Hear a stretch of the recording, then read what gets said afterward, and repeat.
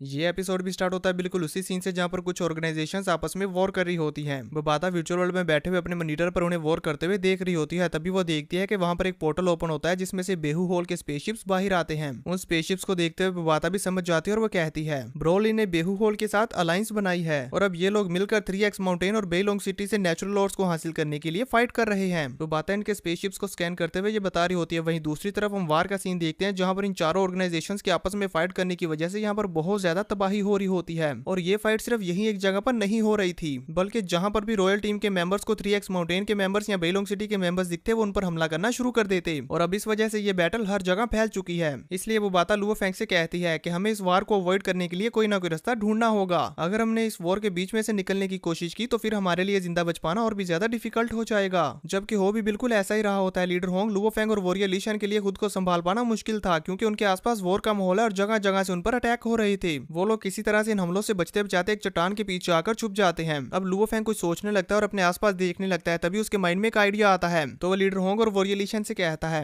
हम इस battle field को अपने फायदे के लिए इस्तेमाल कर सकते हैं। और फिर वो अपना हाथ एक जगह की तरफ पॉइंट करते हुए कहता है लेकिन ऐसा करने के लिए हमें इस बैटल एरिया के बीच में से होते हुए 3x माउंटेन के कैंप तक पहुंचना है। लुओ फेंग का ये आइडिया सुनकर वो बाता कहती है क्या तुम पागल हो गए हो? हम उस बैटल के अंदर जाने का भी नहीं सोच सकते और तुम कह रहे हो कि हमें उसके बीच में से होते हुए वहां तक पहुंचना है। तुम्हें पता भी है वहां पर कितनी ज्यादा इंटेंस वॉर चल रही है। अगर हम उसके बीच गए तो हमारे जिंदा बच पाने के चांसेस बिल्कुल ना के बराबर हैं और तुम लोग उसके बीच में से होते हुए कैंप तक जाने का सोच रहे हो। ये तो बिल्कुल ऐसे है जैसे तुम लोग खुद को मीट ग्राइंडर में डाल रहे हो और सोच रहे हो कि हम उसमें से सही बाहर आ जाएंगे। वो बाता लुओ फेंग को कंधों से पकड़ते हुए हिलाने की कोशिश भी करती है कि होश में आ जाओ। और तुम्हें पता भी है बिना स्पेसक्राफ्ट की प्रोटेक्शन से तुम लोग सिर्फ एक अटैक के हिट होने से ही मारे जाओगे। वो बाता लुओ फेंग को ये बोल रही होती है कि तभी उसके पीछे भी एक ब्लास्ट होता है जिसकी वजह से वो डिस्ट्रैक्ट हो जाती है। इसलिए वो गुस्सा करते हुए कहती है तुम देख ही रहे हो ना यहाँ के हालात क्या है। जबकि लुओ फेंग उसे देखते हुए एक स्माइल करता है और उसकी स्माइल का मतलब यही होता है कि हम तो ये करने वाले हैं। तभी लीडर होंग भी बाता से कहते हैं मेरे ख्याल से थर्ड ब्रदर के प्लान को इस्तेमाल किया जा सकता है। और फिर वो उसे और भी डिटेल में बताते हैं ऐसा इसलिए क्योंकि किंगडम टीम लगातार हमें पकड़ने की कोशिश किए जा रही है लेकिन बैटलफील्ड में उनके लिए हमें पकड़ पाना बहुत ही ज्यादा मुश्किल होगा।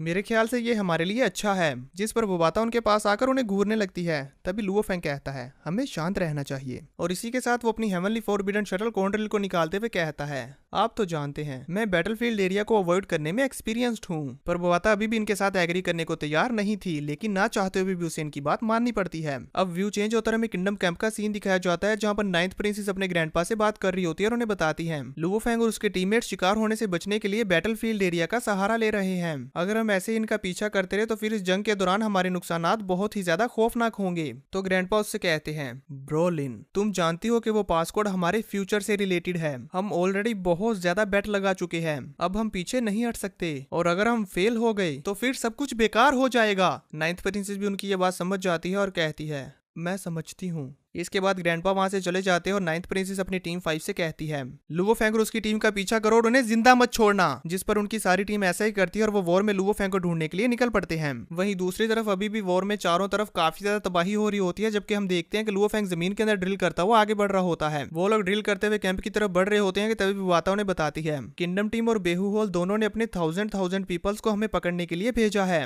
साथ ही वो उन्हें मॉनिटर पर दिखाती है एक टीम अंडरग्राउंड हमारा पीछा कर रही है और दूसरी सरफेस पर और वो लोग अभी हमसे सिर्फ 30 किलोमीटर दूर हैं। वॉरियर लीशन ये देखते हुए कहते हैं हम वॉर में हो रहे अटैक्स से तो बच गए लेकिन हंट होने से नहीं बच सकते। वो अपना सर पकड़ लेते और कहते हैं कब ये लोग हमारा पीछा छोड़ेंगे। तो लुओ फेंग उनसे कहता है कोई बात नहीं। यूनिवर्सल मर्सनरी टेस्ट एरिया की रिस्ट्रिक्शंस की वजह से और बाकी सभी ऑर्गेनाइजेशंस के बीच हुए एग्रीमेंट की वजह से इस रियलम विद इन रियलम में स्टार लेवल 9 से अबव के वॉरियर्स नहीं आ सकते। लेकिन मेरी क्लाउड रबिंग वाइन तो पहले ही यहाँ पर ब्रेक थ्रू करके यूनिवर्स लेवल 2 पर पहुंच चुकी है जिस पर अभी लेवल्स की कोई रिस्ट्रिक्शंस नहीं है यानी कि हम इनका सामना कर सकते हैं। जिस पर लीडर होंग उससे कहते हैं पर फिर भी हमारे एनिमीज की तादाद तो बहुत ज्यादा है। भले ही अपनी इस ट्रिक को यूज करते हुए हम सराउंडेड होने से बच गए हैं पर उनसे पूरी तरह से छुटकारा नहीं पा सके और थर्ड ब्रदर आपकी बॉडी भी तो अभी सिर्फ स्टार लेवल 3 पर है जो कि बहुत वीक है। तो लुओ फेंग उनसे कहता है हमने पहले ही हुक जिया और टाइन आनी को खो दिया है अब और कोई नहीं मरेगा इसलिए हमें गोरिल्ला वारफेयर करनी है जीतना है और फिर फौरन पीछे हटना है। हमें अब टीम फाइट नहीं करनी इसलिए आप भी इस बात का ख्याल रखना। इसके अलावा इस जंग के माहौल में उन लोगों के लिए हमें चारों तरफ से घेर पाना मुश्किल होगा। प्लस यह अंडरग्राउंड में भी जगह है जो हमारे लिए उनका सामना करने के लिए काफी है। वहीं दूसरी तरफ रॉयल टीम के मेंबर लुओ फेंग और उसकी टीम को ढूंढ रहे होते हैं तो उन्हें बेहू होल की टीम का कॉल आता है और वो उनसे पूछते हैं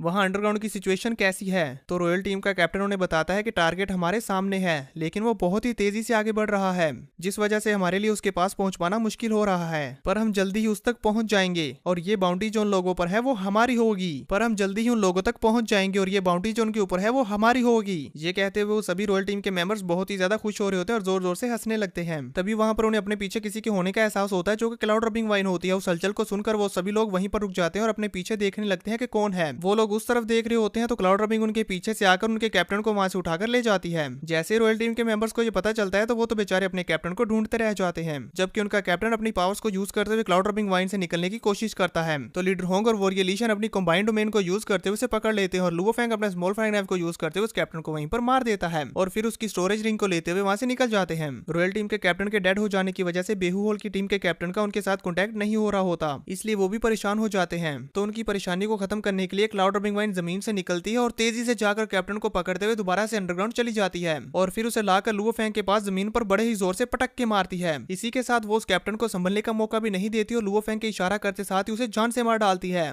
बिल्कुल बेहू होल के टीम लीडर की तरह। अब लुओ फैंग इससे भी इसकी स्पेस रिंग ले लेता है और वहां से तेजी से निकल जाता है। कैप्टन के team members cloud rubbing wine के बनाए हुए रास्ते से कैप्टन के पास आते हैं और वो अपने कैप्टन को मरा हुआ देखकर बहुत ही ज्यादा गुस्से में आ जाते हैं और लुओ फैंग को ढूंढने के लिए चारों तरफ फैल जाते हैं। अब इसके बाद फैंग किंगडम टीम के एक और टीम कैप्टन को अपना निशाना बनाता है और उस पर अपने फिस्ट स्वॉर्ड अटैक से हमला करता है, जिसे वो कैप्टन बड़ी आसानी से रोक तो लेता है, लेकिन तभी फैंग अपने स्मॉल फ्लाइंग नाइफ से उसे हेडशॉट मारता है, जिसकी वजह से वो कैप्टन भी वहीं पर डेड हो चुका था और फिर वो उसकी भी स्टोरेज रिंग को अपने पास रख लेता है। जबकि दूसरी तरफ लुओ फैंग की क्लाउड रबिंग वाइन भी ऐसे ही किंगडम टीम के एक और कैप्टन को जान से मार देती है और उसकी स्टोरेज रिंग को अपने पास रख लेती है और फिर ऐसे ही धीरे धीरे करके लुओ फैंग सभी टीम्स के कैप्टन को अपना निशाना बनाता जाता है और उन्हें जान से मारकर उनकी स्टोरेज रिंग को अपने पास रखता जाता है। धीरे धीरे करके वो उनके पीछे आने वाली जितनी भी किंगडम टीम्स थी उनके सभी कैप्टन्स को मार डालता है और उनकी स्टोरेज रिंग्स को अपने पास रख लेता है और फिर इसके बाद वो पूरी टीम दोबारा से अपने डेस्टिनेशन की तरफ आगे बढ़ने लगती है। जबकि दूसरी तरफ हम देखते हैं कि वो बाता अपने विचुअल वर्ल्ड में आते हुए लुओ फैंग की इकट्ठा की हुई सारी स्टोरेज रिंग्स को ऐसे हवा में फैलाती है और उनमें मौजूद ट्रेजर्स को काउंट करने लगती है, जिसमें हमें पता चलता है कि अलग अलग तरह के ट्रेजर्स और नेचुरल लोर्स हैं। वो बाता उन सभी को काउंट करते हुए कहती है, अगर मेरी कैलकुलेशन सही है तो इन स्टोरेज रिंग्स के अंदर काफी सारे ट्रेजर्स और नेचुरल लोर्स हैं। वहीं दूसरी तरफ लीडर होंग लुओ फैंग से कहते हैं, हमारे एनिमीज की तादाद बहुत ज्यादा है, लेकिन उनके कैप्टन के डेड हो जाने की वजह से अब वो लोग केओस में होंगे। उन वॉरियर्स को तो समझ नहीं आ रहा होगा कि अब वो क्या करें और अब इसी वजह से यहाँ से बचकर निकलने के लिए हमारे पास और भी अपॉर्चुनिटीज होंगी। जिस पर वॉरियलिशन कहते हैं, थैंक्स टू बबाता जिसने हमें बताया कि हमारे टारगेट्स कहाँ पर हैं। वो लोग अभी ये बात कर ही रहे होते हैं कि तभी बबाता कहती है, एनिमीज हमारे पीछे हैं, वो लोग दोबारा से आ रहे हैं। जैसे ही वो लोग पीछे मुड़कर देखते हैं तो वो देखते हैं कि रॉयल टीम के मेंबर्स उनके बहुत ही ज्यादा करीब पहुंच चुके हैं। तो वॉरियलिशन कहते हैं, जल्दी से अंडरग्राउंड चलो। इसी के साथ व्यू चेंज हो जाता है और फिर से हमें दिखाया जाता है नाइन्थ प्रिंसेस को। एक वॉरियर उनके पास भागता भागता आता है और उनसे कहता है, योर मैजेस्टी, लुओ फैंग और उसके टीममेट्स बार बार कभी सरफेस पर आ रहे हैं और कभी अंडरग्राउंड जा रहे हैं हमारा सामना करने के लिए और हम अभी तक उन्हें नहीं पकड़ पाए। जिस पर नाइन्थ प्रिंसेस निराश होते हुए कहती है, अब तो मैं तुम लोगों की नाकामियों की आदी हो चुकी हूँ। इसलिए वो अपने एआई से कहती है, लुओ फैंग के मोमेंटम को ट्रैक करो और कैलकुलेट करके बताओ कि वो कहां पर जा रहे हैं। जिस पर वो एआई उनके रूट का पता लगाते हुए उन्हें बता देती है कि ये 3x माउंटेन की बेस की तरफ बढ़ रहे हैं। ये देखकर नाइन्थ प्रिंसेस स्माइल करते हुए कहती है, क्या वो वाकई 3x माउंटेन की प्रोटेक्शन के ख्वाब देख रहे हैं। अब वो वहां उनके पास आए हुए सोल्जर को वहां से जाने के लिए कह देती हैं और फिर कहती हैं,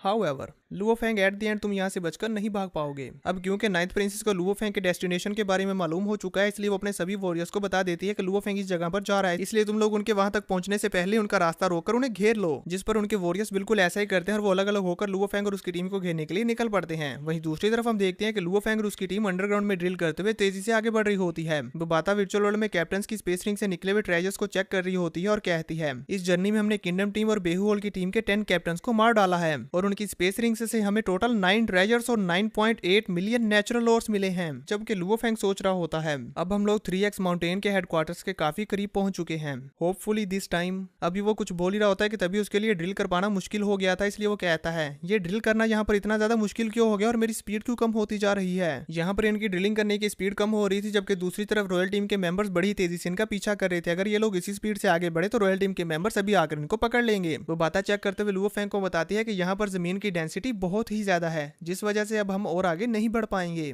इसलिए अब हमें सरफेस पर वापस जाना होगा। लुओ फेंग अपना पूरा जोर लगाकर आगे बढ़ने के लिए ड्रिलिंग कर रहा होता है, तो बुबाता की ये बात सुनकर वो ड्रिलिंग करने से रुक जाता है और सरफेस की तरफ बढ़ने लगता है। उनकी मूवमेंट को इस तरह से स्लो होता हुआ देखकर नाइन्थ प्रिंसेस भी मुस्कुरा रही होती है। वहीं जब लुओ फेंग सरफेस की तरफ जाने के लिए ड्रिल कर रहा होता है, तो नाइन्थ प्रिंसेस और बेहू हॉल के मेंबर्स लुओ फेंग के बिल्कुल नजदीक पहुंच चुके होते हैं। ये देखते हुए वॉरियर ली शन कहते हैं, बहुत सारे वॉरियर्स हमारे काफी नजदीक पहुंच चुके हैं। तो लुओ फेंग कहता है कि हमें सराउंडेड होने से बचने के लिए आगे बढ़ते रहना होगा। इसलिए वो उनसे अपना पीछा छुड़ाने के लिए उन्हें चकमा देने की कोशिश करता है और सरफेस की तरफ निकलने लगता है। पर जैसे वो लोग सरफेस पर आते हैं, तो वहां पर पहले ही बेहू हॉल के मेंबर्स इनका इंतजार कर रहे थे। वो उनके बाहर आते ही उन पर हमला करना शुरू कर देते हैं, जिसे लुओ फेंग, लीडर होंग और वॉरियर ली शन बड़ी ही मुश्किल से अपने वेपन्स को यूज करते हुए ब्लॉक करते हैं और फिर बचते बचाते तेजी से 3x माउंटेन के कैंप की तरफ आगे बढ़ने लगते हैं, जिसमें क्लाउड रबिंग वाइन इनको प्रोटेक्ट कर रही होती है। एक तो यहाँ पर वॉर हो रही थी, जिसकी वजह से यहाँ पर बहुत ही ज्यादा हमले हो रहे थे, और वहीं दूसरी तरफ बेहू हॉल और रॉयल टीम के मेंबर्स इनका पीछा कर रहे थे। इस सिचुएशन से निपट पाना इनके लिए बहुत ही ज्यादा मुश्किल हो चुका था। तो लुओ फेंग कहता है, मैं अपनी लोकेशन को 3x माउंटेन के साथ शेयर करता हूं और उन्हें जल्दी से यहाँ पर आने के लिए बोलता हूँ। लुओ फेंग की लोकेशन 3x माउंटेन के कैंप के मॉनिटर पर आने लगती है, पर यहाँ पर हमें यह नहीं दिखाया जाता कि क्या 3x माउंटेन के कैंप में कोई बंदा है भी या नहीं। वहीं दूसरी तरफ लुओ फेंग के पीछे और आगे बहुत सारे बेहू हॉल और रॉयल टीम के मेंबर्स आ जाते हैं, जिस वजह से लुओ फेंग और उसकी पूरी टीम अब चारों तरफ से घिर चुकी थी। ये देखकर लुओ फेंग भी वहां पर रुक जाता और हैरान हो जाता है। धीरे धीरे करके वहां पर नोलांसन क्लैन के एयरक्राफ्ट भी आना शुरू हो जाते हैं। ये देखते हुए लुओ फेंग कहता है, हम ऑलरेडी घिर चुके हैं। इसलिए अब लुओ फेंग और उसकी पूरी टीम मिलकर इनका सामना करने के लिए तैयार हो जाते हैं। और इसी के साथ ये एपिसोड खत्म हो जाता है। तो देखेंगे नेक्स्ट एपिसोड में कि क्या लुओ फेंग और उसकी टीम नोलांसन क्लैन, रॉयल टीम और बेहू हॉल का सामना कर पाएंगे और अपनी जान बचा पाएंगे। आप सबको क्या लगता है, मुझे नीचे कमेंट करके जरूर बताना।